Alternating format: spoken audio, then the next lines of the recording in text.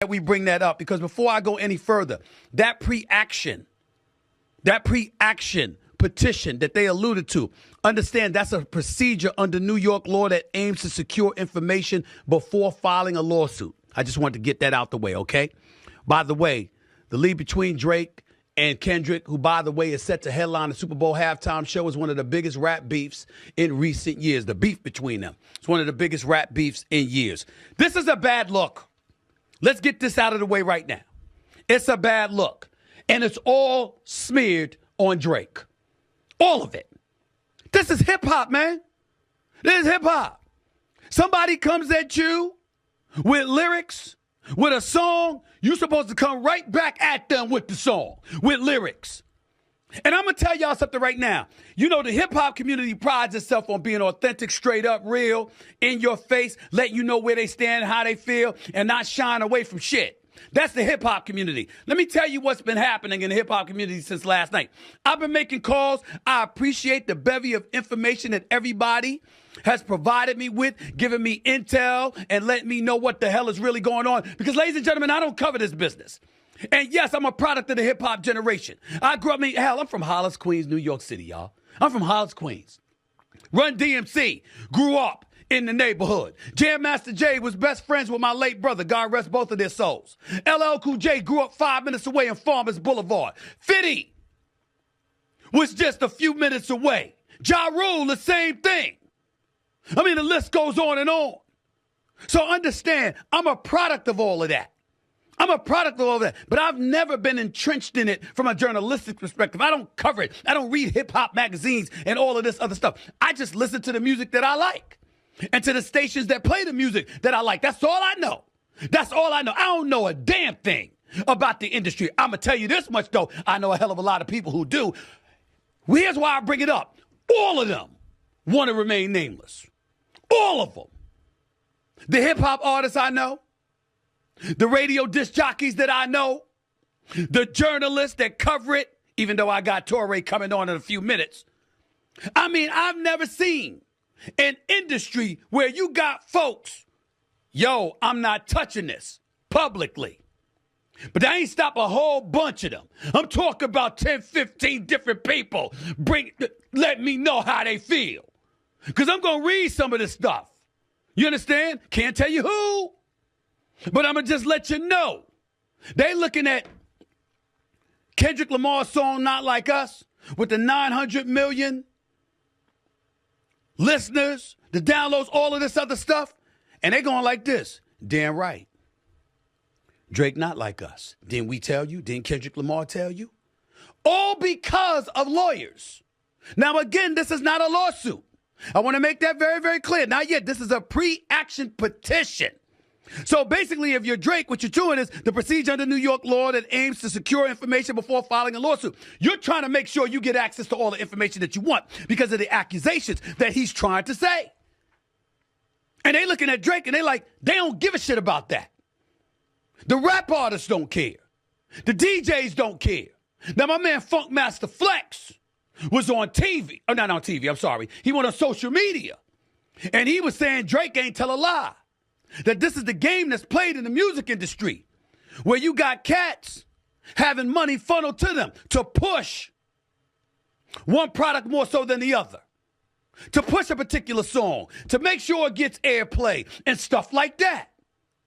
My point is, I'm not challenging Funk Master Flex in any way because I know the brother knows a gazillion times more about this industry than I would ever know.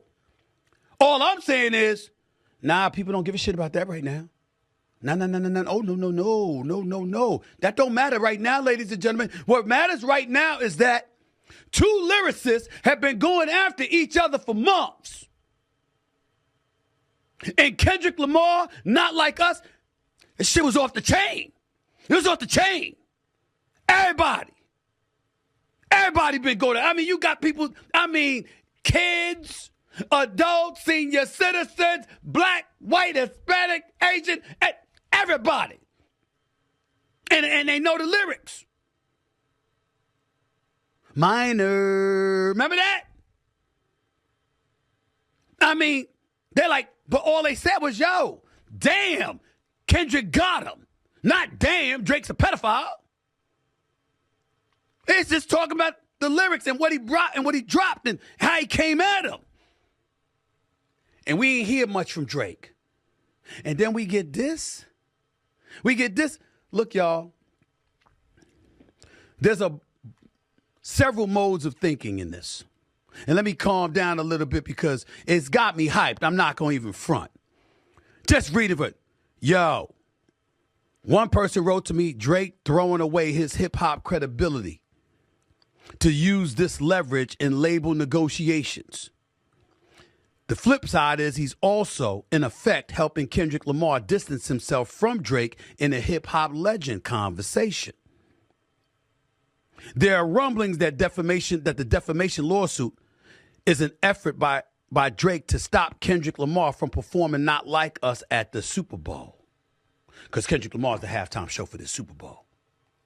And so now we got to look at it because if you're the National Football League and you, Jay-Z and Rock Nation, who oversees the halftime entertainment for the Super Bowl, and Kendrick Lamar doesn't perform Not Like Us, the world is going to be in an uproar because everybody going to be like, that don't make no sense. Excuse my double negative grammatically error ass having self. That's what they going to say. You gotta play that song, especially now. You gotta perform that song. You can't be Kendrick Lamar at the Super Bowl in New Orleans and you don't play Not Like Us and Drake walks away from that unscathed.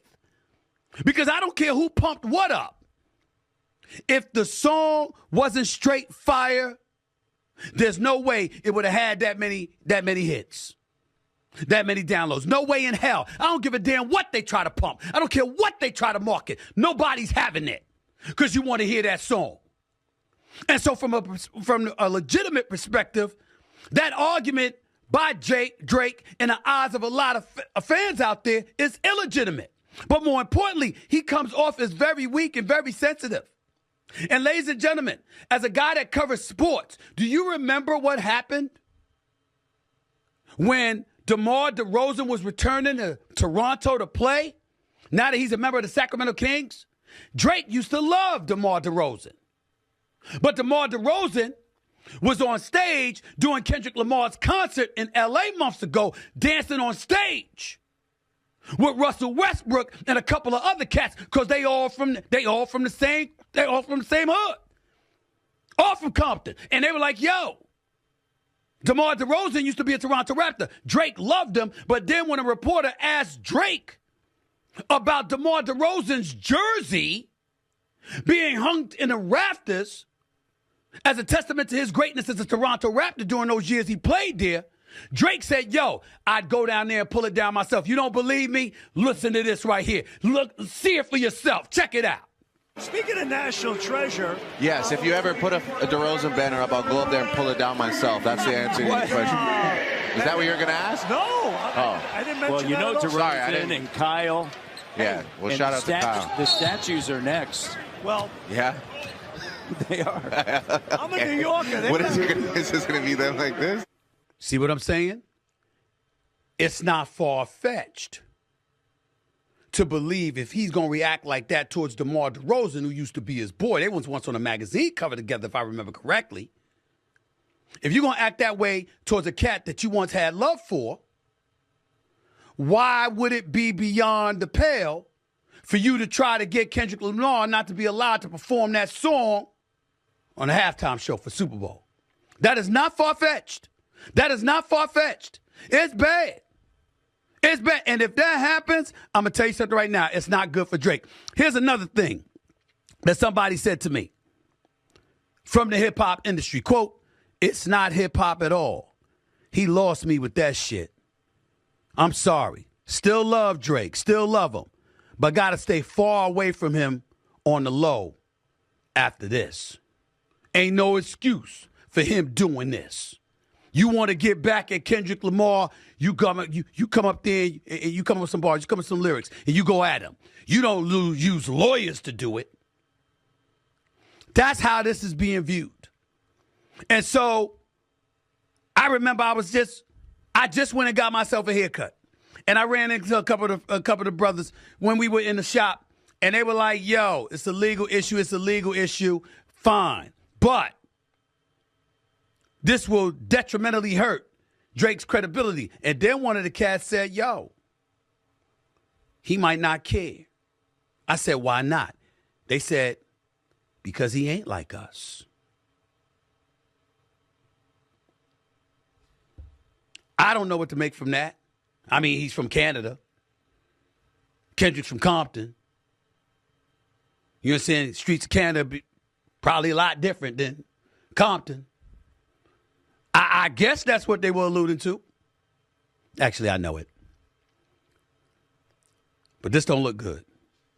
And just to read, just so y'all know, just for those of y'all watching for the first time and didn't know, Drake initiated legal action against Universal Music Group, UMG, and Spotify over allegations that the two companies, quote, conspired to artificially inflate the popularity of Kendrick Lamar's Not Like Us. Nobody wants to hear that shit is an artificial inflation. Nobody believes that because everybody's loving the song. But nevertheless, I'll continue.